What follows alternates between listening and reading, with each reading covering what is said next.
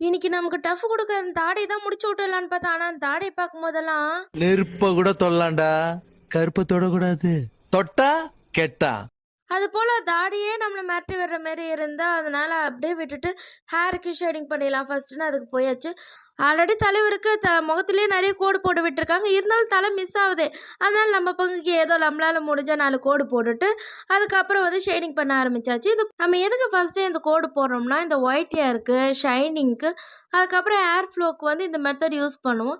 இது வந்து realistic feel குடுக்கும். அதுக்கப்புறம் இந்த எம்டி ரீஃபில் வச்சுட்டு, நீங்க போட்டுட்டு, அதுக்கப்புறமா நீங்க ஷேடிங் பண்ண ஆரம்பிச்சுட்டோ, அதுக்கப்புறம் கொஞ்சம் கொஞ்சமா நீங்க ஹைலைட் குடுக்கும்போது, இது வந்து பக்காவா இருக்கும். அது பார்க்க ரியலிஸ்டிக் ஹேர் மாரி இருக்கும். சூப்பரா இருக்கும். உங்களுக்கு வந்து அங்கங்க வந்து இந்த மோனோ எரேசர் வச்சு அங்கங்க எரேஸ் பண்ணிட்டீங்கன்னா, இந்த ஹைலைட்டுக்கு அது இன்னும் ரியலிஸ்டிக் லுக் குடுக்கும். அதனால தான் இந்த மெத்தட் யூஸ் பண்ணும். கண்டிப்பா நெக்ஸ்ட் டைம் உங்க ஆர்ட்ல இத ட்ரை பண்ணி பாருங்களேன் எப்படி இருக்குன்ட்டு. ஸோ ஃபைனலி நம்ம ஹேர் ட்ரா பண்ணி முடிச்சாச்சு. இதுவரைக்கும் எப்படியோ ஒரு வழியா நம்ம பாதி டிராயிங் முடிச்சாச்சு. இதுவரைக்கும் உங்களுக்கு எப்படி ஃபீல் ஆகுது? தனுஷ் சார் மாரி இருக்கா? இல்ல பிரதீப் சார் மாரி இருக்கா? இல்ல 2 பேருமே இல்லாம வேற யார் மாரியோவா இருக்கான்ட்டு மறக்காம உங்களுக்கு என்ன தோணுதோ அத கமெண்ட் பாக்ஸ்ல சொல்லிட்டு போங்க. நானும் தெரிஞ்சுக்கிறேன். உங்கள மாரி தான் எனக்கும் ஆர்வமா இருக்கு.